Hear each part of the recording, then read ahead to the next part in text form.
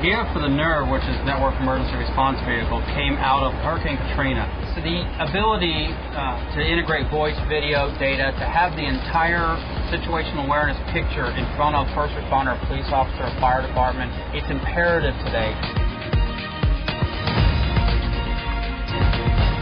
The greatest thing about this vehicle is the integration of the various technologies across the board and having that at your fingertips instantly. Having full call manager, unified communications, being able to have all the data connectivity that I would have in my office, and then on top of that, being able to have telepresence calls, being able to stream media. So it's not just one thing. Johnston County is located in the central to eastern part of North Carolina.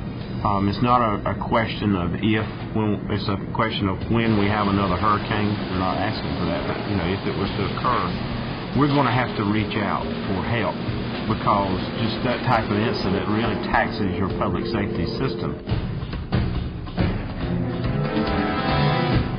Whether it's local, state, or federal, we've got an obligation in this public safety. Interoperability is the key. We work as a team. Everybody's got to be on the same sheet of music. We've all got to be able to communicate back and forth, whether it's by phone, walkie-talkie, radio, or whatever. It's the difference between success and failure, and sometimes life or death.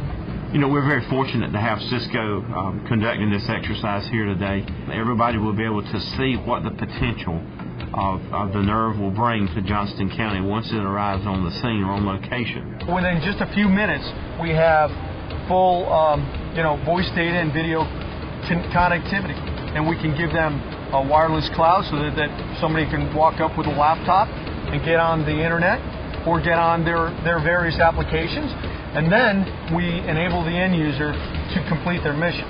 So everything we do is available off the shelf. We just decided to put it into a package, a mobile package, and use it in a challenging environment. We've actually reached out to employees at Cisco and create what we call DIRT teams. We have a wireless engineer, we have a voice engineer, we have a routing and switching engineer, we have an RF engineer, and all these folks are experts in their field.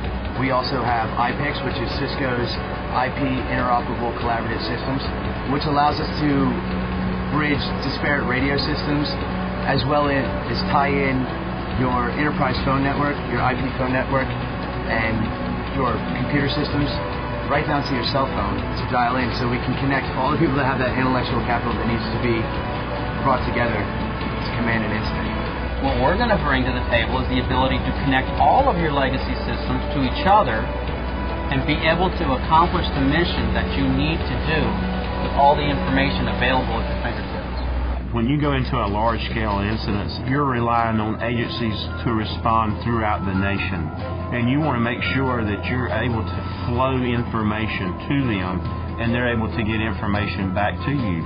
I think collaboration is a huge part of what we do, and after Homeland Security came about with the grant funding, that's when we started meeting together with outside agencies and our internal and external agencies to determine what kind of equipment do we need to purchase and how can we best utilize this funding so that it helps all agencies involved. Cisco to step forward, provide this truck, the equipment, the men to run it, to come down to partner with law enforcement, fire rescue, but really it's partnering with our citizens of our county to say, hey, we care about you. We make some really cool stuff.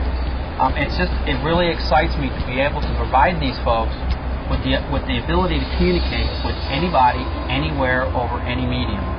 Readiness and technology, there's a close relationship there, but as public safety migrates towards an IP-based emergency services communication system, then I think we're going to be able to have true readiness.